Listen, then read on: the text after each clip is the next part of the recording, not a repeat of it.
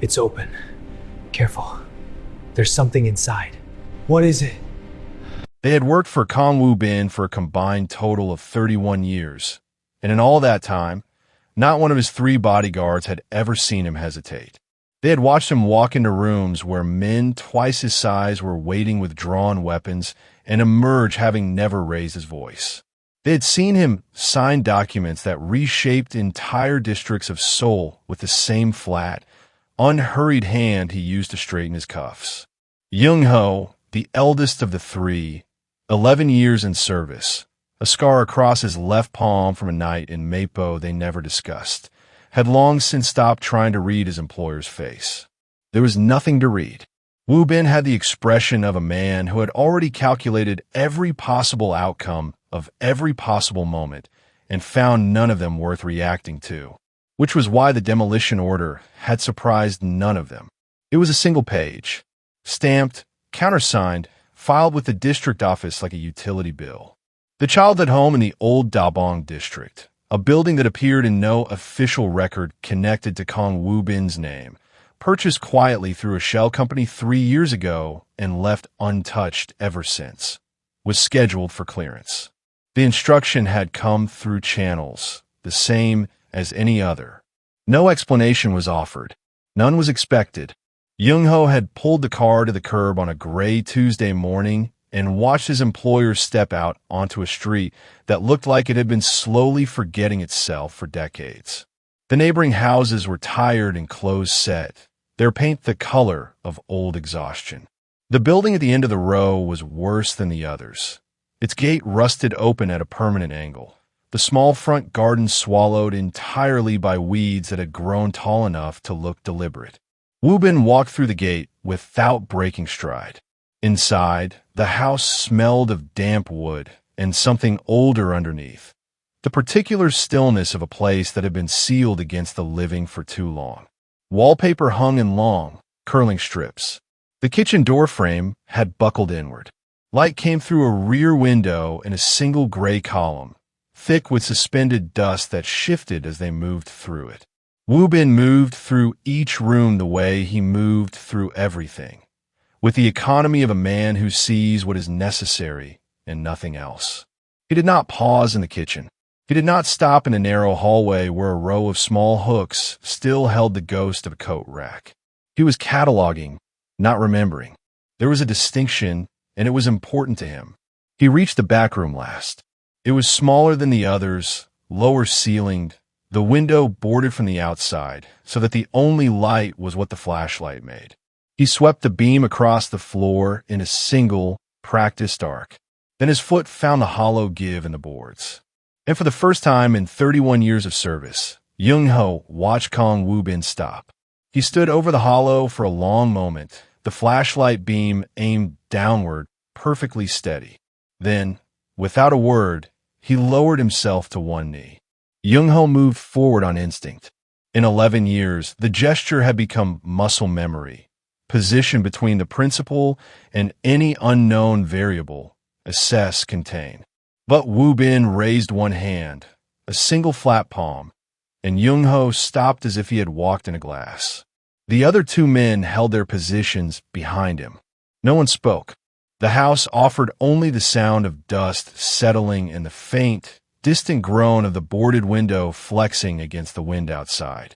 Woo Bin worked the floorboards with the focused patience of a man who had learned long ago that force was the last resort of the unprepared. 2 boards, then a third. The nails gave with a low, exhausted shriek of old iron separating from older wood. The cavity beneath was shallow, perhaps half a meter deep, packed with the cold, undisturbed air of something sealed rather than forgotten. There was a difference. Forgotten things were left carelessly. This had been placed. The chest was military in its proportions, flat-lidded, iron-latched, the surface eaten through with rust in long reddish streaks that made it look, in the flashlight's beam, like something wounded. It was not large. It was exactly large enough. Woo Bin set the flashlight on the floor, angled upward, and used both hands. The latch resisted. He applied pressure with the methodical steadiness of a man who did not consider the possibility that the thing would not open. And after a moment, it surrendered with a sound like a held breath finally released. He looked inside. The change was not dramatic. It was not loud. It was the kind of change that happens in the architecture of a person, something deep and structural, shifting a fraction of a degree, invisible from the outside, but enough, if left to settle, to bring down an entire wall. His shoulders, which had carried the same precise, squared tension for as long as any of his men had known him, dropped by almost nothing. Almost. Young-ho took another step forward without meaning to. Behind him, he heard Park cover his mouth. He heard the youngest of the three, men, 26 years old, and still learning the discipline of stillness, exhale sharply and lean in, his body abandoning its trained neutrality entirely. None of them could see the contents clearly. Only Wu Bin could see, and Wu Bin was not moving. The flashlight beam, angled upward from the floor, caught the wall to the left in its peripheral wash of light. Young-ho's eyes found it without looking for it. The old photograph in its cracked frame, the young woman's portrait faded to gray and bone white, her eyes patient and dark and aimed at the center of the room, at her son, kneeling in the ruin of the place where she had last been. Wu Bin's hand went into the chest. The letters came out first. There were 11 of them, bound together with a length of twine that disintegrated at the edges when Wu Bin touched it, as though it had been holding itself together through sheer determination and had only been waiting for permission to let go. The envelopes were the pale yellow of old milk. The handwriting on each one was small and careful and slanted very slightly to the right. The particular script of someone who had learned to write in a crowded place, keeping their letters neat and close so as not to take up more space than was given to them. Each envelope was addressed to him. His full name in his mother's hand. Not one of them had been opened. Not one of them had been sent. He set them on the floor beside him and reached back into the chest. The prepaid phone came next, a cheap model, the kind sold in convenience stores for cash, its screen dead and dark. The back panel had been removed, the battery extracted and placed beside it with a deliberateness that suggested whoever had done it wanted to ensure it would never accidentally power on. A strip of tape across the front bore 4 digits in blue ink. A pin, written down for someone who might need to access it later. Written down for someone who was not meant to survive, to remember it themselves. The last item was a document, folded into thirds and sealed in a plastic sleeve that had kept the moisture out with more success than the chest deserved. Wu Bin peeled it open with a steadiness that cost him something. He recognized the seal before he read a single word. He had seen that seal on contracts, on territory agreements, on the formal correspondence of a man who had been a fixture of his adult life for so long that his presence had ceased to feel like a choice and had simply become a condition of the world. Chairman Lim's personal seal, pressed in red ink, still sharp at the edges. He read the document. Then he read it again. Then he picked up the first letter. His mother's voice came off the page the way voices do when they belong to people who are gone. Quietly, without warning, in the particular cadence of someone who had no idea they were speaking from the other side of an uncrossable distance. She wrote that she was afraid. She wrote that a man had come to the house while Wu Bin and his brother were at school, and that the conversation had not been a conversation at all. She wrote that she was being asked to go, and that the asking had teeth in it. She wrote that she had not wanted to leave. Wu Bin's hand did not shake. He had trained it past shaking years ago, but the letter sat differently in his fingers now. Heavier than paper had any right to be, and the room around him had lost its dimensions entirely. He had built everything on the wrong foundation. She had never left him. He remembered the exact morning he had decided to stop waiting for her. He had been 16. His brother Wu Jin was 13, smaller than the other boys his age, still carrying the habit of looking toward the door whenever it opened. They had been staying with a distant uncle who made it quietly clear through every meal and every silence that they were a cost he had not budgeted for. Wu Bin had watched his brother look at that door for 4 months, and on a gray November morning, something in him had made a decision that felt, at the time, like strength. He had told himself a story. It was a simple one. She left because they were not enough. And since they were not enough to make her stay, the solution was to become something that could never again be left behind, something that people did not leave because leaving carried consequences they could not afford. He had taken the wound and built a wall with it, and then he had built an empire around the wall, and he had done it so completely and so well that after a certain number of years he had stopped being able to tell the difference between the man and the architecture. The coldness had come easily after that. It was not cruelty. He had always understood the distinction. It was precision. Emotion was interference, and interference cost you outcomes, and outcomes were the only currency that mattered in the world he was building. His men respected him because he was consistent. His enemies feared him because he was unreadable. Both things required the same discipline, the complete and practiced elimination of anything that pulled him backward. Wu Jin had tried, for a while. Letters first, then calls, then a visit to the office that Wu Bin had allowed to last exactly 40 minutes before finding a reason to end it. His brother had a wife by then, a child on the way, a life assembled from ordinary things. Looking at it had felt like pressing on a bruise. Wu Bin had told himself it was protection, that proximity to him was a liability, that distance was a kindness he was giving. He had told himself a great many things. He had been very good at it. Now he sat in the ruin of the room where the story had begun, holding the letter that had unmade it, and understood for the first time that the coldness had never been strength. It had been the shape that grief takes when it is given nowhere to go.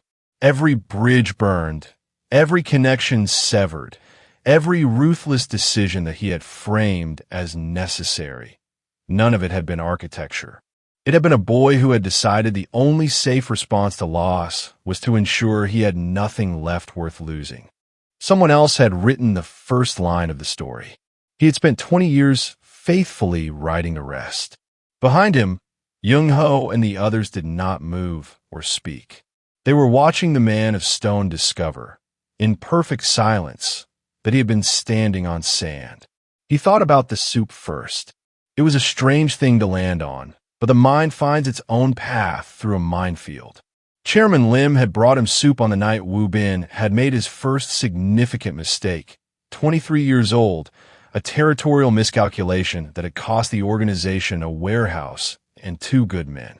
Lim had come to the room where Wu Bin was sitting alone with the wreckage of his own judgment, and he had set down a container of Xiaoliang Tang without a word, and he had sat across from him in the way that fathers sit. Not to lecture, but simply to occupy the same space as the person who is suffering, so that the suffering is company. Wu Bin had not had a father. He had had an uncle who counted the rice. He had known, consciously, what Lim was offering. He had taken it anyway, because even a man building walls needs something to build them against. Now he sat with the document in his hands and reconstructed the architecture of it, and it was precise, and it was cold, and it was, in its own way, something close to genius. Lim had never pushed him toward the past. That was the thing. He had never forbidden questions about Wu Bin's mother. He had simply made them unnecessary. When Wu Bin, at 19, had mentioned once that he thought about finding her, Lim had listened with the full, patient attention of a man with nothing to hide. Then he had mentioned, quietly, that he had made some inquiries years ago himself, out of concern, and that the trail had gone cold, that she had moved, perhaps abroad, that she had made her choice clearly. He had said it with sorrow, genuine seeming sorrow, weighted with the particular sadness of someone delivering a truth they wished they could change. Wu Bin had never asked again. He turned through the memory of 20 years now and found Lim at every significant juncture, positioned with the same practiced naturalness of a load-bearing wall, so fundamental to the structure that you stopped seeing it as a choice and simply accepted it as part of what held everything up. The resources that evaporated when Wu Bin once commissioned a private investigator 2 years into his rise on a rare night of sentiment he had never repeated. The investigator had returned nothing. Wu Bin had taken it as confirmation. He understood now what it actually was.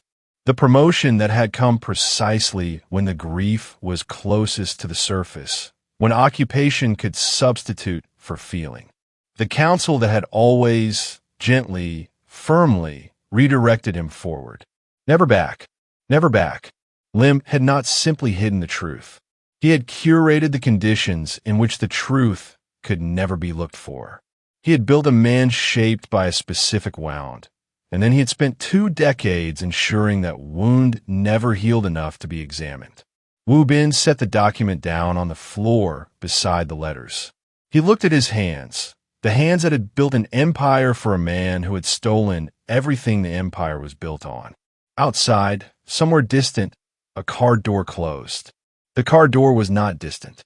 Young-ho moved to the boarded window before Wu Bin had fully risen from the floor, pressing 2 fingers against the edge of the boarding and angling his eye to the gap. What he saw made him step back with the controlled, minimal stillness of a man recalibrating every assumption he had walked into the building with. Sir. The single word carried everything. Wu Bin was already on his feet, the letters gathered and held against his side with one hand, the document folded back into its sleeve. He did not ask what Young-ho had seen. He read it in the geometry of the room, the way men had moved silently to the doorway, the way the third man, Ro, had positioned himself at the hall-facing wall without being told. They were not reacting to strangers. That was the detail that mattered. They were reacting to the particular threat of the familiar. Through the gap in the boarding, in the gray light of the late morning, 4 men stood at the perimeter of the overgrown front garden. 2 more were visible at the side passage. They wore dark coats and the specific, patient posture of men who had been told to wait and were accustomed to doing so. Wu Bin recognized the nearest one's build before he saw his face. He had hired him personally 7 years ago, after watching him handle a negotiation in Incheon with the kind of quiet efficiency that Wu Bin respected. They were his men in every way except the one that counted today. The front gate opened. Chairman Lim walked through it the way he walked through every room, without urgency, without theater, with the settled authority of a man who had decided long ago that composure was the highest form of power. He was in his 60s, silver-haired, his overcoat the color of charcoal. He looked like a man arriving for a scheduled appointment. He stepped through the front door, which one of his loyalists had already opened, and stood in the hallway for a moment, letting his eyes adjust. When he found Wu Bin in the doorway of the back room, he did not flinch. He looked at the letters. He looked at the document sleeve. He looked at Wu Bin's face with the careful attention of a man reading a situation he had long prepared for. You were never meant to find it this way, Lim said. His voice was exactly as Wu Bin remembered it from 1,000 rooms. Measured, warm at the edges, built for trust. I had a plan for this. A better way.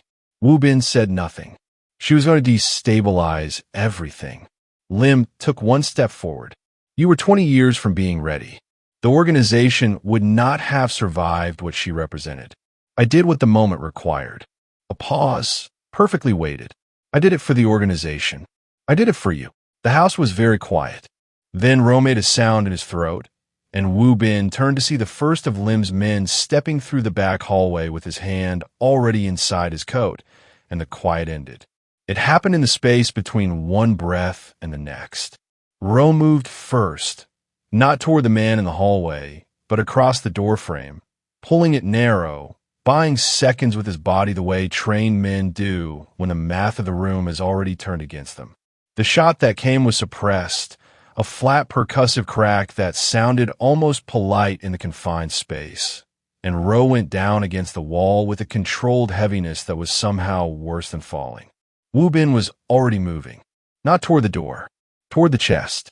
Young-ho grabbed his arm. Sir, leave it. Wu Bin pulled free without looking at him, dropped to one knee, and closed the chest with both hands, the latch engaging with a sound like a bone snapping back into place. He took it by the handle and rose. Young-ho looked at him for precisely 1 second, the look of a man who has accepted an order he cannot change, and then turned back to the hallway and became a problem for the men coming through it. The house had 3 functional interior doorways and one that had buckled to approximately half its height. Woo Bin had cataloged this on the way in without knowing why, the habit of reading rooms operating below conscious thought.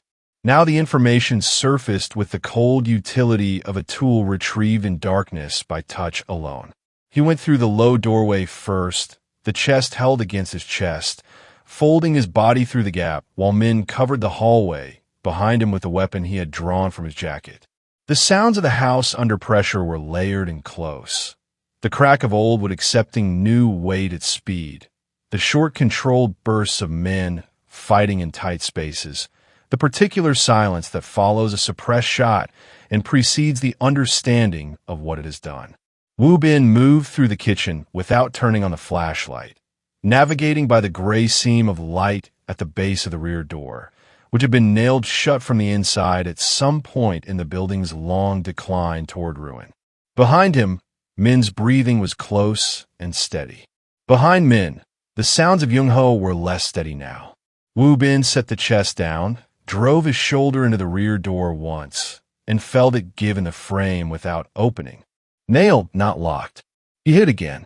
The 3rd time, the nails pulled through rotted wood, and the door swung outward into the cold gray air of the back alley. He turned back for the chest, and in turning, his flashlight swept the wall of the back room one final time, catching the photograph in its peripheral wash of light. The young woman in her cracked frame, her patient eyes aimed outward, watching the door as she had watched it for 20 years, waiting for someone to come back. Woo Bin looked at her for 1 second that contained the full weight of everything he now knew. Then the shooting began again, and the house closed in, and for a cold and serious moment, there was no exit that did not belong to Lim. He stopped trying to escape the house and started trying to remember it. The distinction saved his life.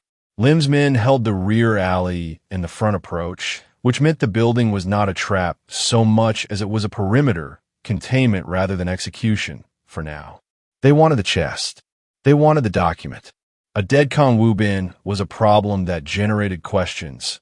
A Kong Woo Bin who had found nothing, who could be quietly persuaded or discredited, was a cleaner outcome. Woo Bin understood this the way he understood all tactical situations, by standing still inside it for one clear moment and letting the logic surface. He pressed his back against the kitchen wall, the chest on the floor beside him, and closed his eyes. Not in defeat, in retrieval. He was 16 again, coming home past the curfew his uncle had set and never enforced, moving through the building's darkness with a specific, body-held knowledge of a boy who had learned every soft spot, every silence, every gap in the structure that the adults either didn't know about or had chosen to ignore. The house had been old even then, a patchwork of original stone foundation and the cheaper wooden framing that had been added sometime in the 60s. The two materials sitting against each other with the uneasy tolerance of things that had never quite bonded. Where they met, along the eastern interior wall of the back room, there was a gap. Not large, not obvious, but navigable if you were slight or if you were willing, which as a boy he had always been both. He opened his eyes. The east wall, he said quietly to Min, who was bleeding from a cut above his ear and holding his weapon with both hands. Behind the water damage panel, there is a gap between the stone and the frame. It runs to the coal chute below the kitchen floor. He picked up the chest. The chute exits into the crawl space under the building's north side. There is an access hatch beneath the neighbor's boundary wall. It has not been a neighbor's property for 15 years. Min stared at him. Move. They moved. The gap was still there, smaller than memory had made it. Or he was larger, which amounted to the same thing, but the chest fit through at an angle and he followed it on his side, the stone cold and close against his back, the wood frame against his chest, moving through the dark by the same instinct that had guided him at 16. Men followed without sound. Behind them, in the rooms above, Lim's men were moving through doorways and clearing corners with the systematic efficiency of professionals searching a building they thought they understood. They did not know about the coal chute. They did not know about the hatch. They did not know that the most dangerous thing in the building was not a weapon or a man, but a boy's memory of every place the house had ever let him hide. Wu Bin emerged into the cold air beneath the boundary wall, the chest in his hands, and did not look back. The fire started in the back room. Wu Bin did not order it, and he did not prevent it. A lantern, knocked from a shelf during the fighting. Dry wood that had been waiting 20 years for a reason. The house accepted the flame with the quiet willingness of something that had already finished its purpose and was ready, at last, to stop standing. By the time Lim's men were disarmed and assembled in the overgrown front garden, 8 of them, kneeling in the weeds with their hands behind their heads, Yung Ho's replacement calls already bringing additional loyal men to the perimeter. The back half of the building was fully alight, the smoke rising in a dark, unhurried column into the gray soul sky. Lim himself had been found in the hallway, making no attempt to run. That, more than anything, told Wu Bin what he needed to know about how certain the man had been, for how long, that this moment would never come. He knelt now in the dirt at the edge of the garden, his charcoal overcoat still perfectly arranged, his silver hair undisturbed. The composure was intact. Even now, it was intact, and Wu Bin understood that it was not courage. It was the settled calm of a man who had lived so long inside his own justifications that he had ceased to experience them as lies. Wu Bin stood over him and said nothing for a long moment. Behind him, the house burned with a low, steady sound like exhaled breath. He reached into his jacket and took out the last letter, the 11th.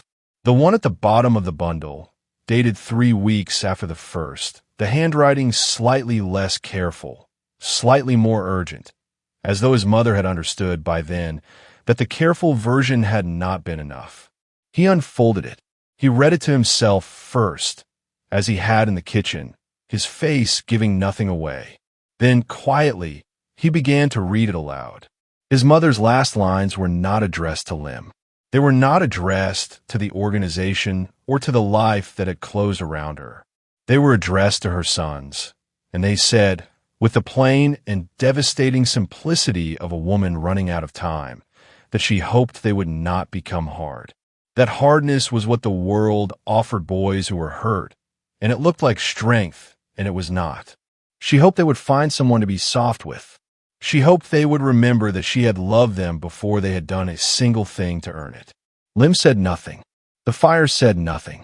Wu Bin folded the letter, placed it with the others, and looked at the man kneeling before him for a long, final moment. He made his call, not to his lieutenant, to the authorities whose numbers he had never expected to use, whose involvement would unravel Lim's empire from the inside, publicly, permanently, in ways that a bullet in a burning garden would not. He walked away before the first siren sounded, the photograph held in his left hand, the chest under his arm, the fire at his back consuming the house that had held the lie until he was ready to carry the truth. He took the bus. It was not a practical decision. He had 3 cars and a driver available at any hour, and the journey to the coastal town where Wu Jin lived took 40 minutes longer by public transit than by road. But he had stood at the curb outside his building on a cold Wednesday morning, the envelope of letters under his arm and the photograph wrapped in cloth in his jacket pocket, and he had found that he did not want to arrive the way Kong Wu Bin arrived at things, efficiently, insulated, preceded by his own reputation. He wanted to arrive as something smaller. He bought a ticket and sat by the window and watched Seoul thin out into the quieter geography of a country that had been continuing without him the entire time he was building walls against it. Wu Jin's house was modest and close to the water, the kind of house that announced its occupant had chosen warmth over significance. There were children's shoes by the front step, 2 pairs small, mismatched in the way of things left by people too young to care about order. A persimmon tree in the small front yard, its branches bare in the winter cold. Wu Bin stood at the gate for longer than he had stood over Lim in the burning garden. This, he found, was harder. Wu Jin answered the door and did not speak for a moment. He was heavier than Wu Bin remembered, and there were lines at the corners of his eyes that had not been there at their last meeting, the 40-minute one, 11 years ago. He looked at his brother the way people look at things they have prepared themselves to never see again and are not sure whether to be relieved or frightened by the reappearance. "I need to tell you something," Wu Bin said. He had not rehearsed it. "About our mother."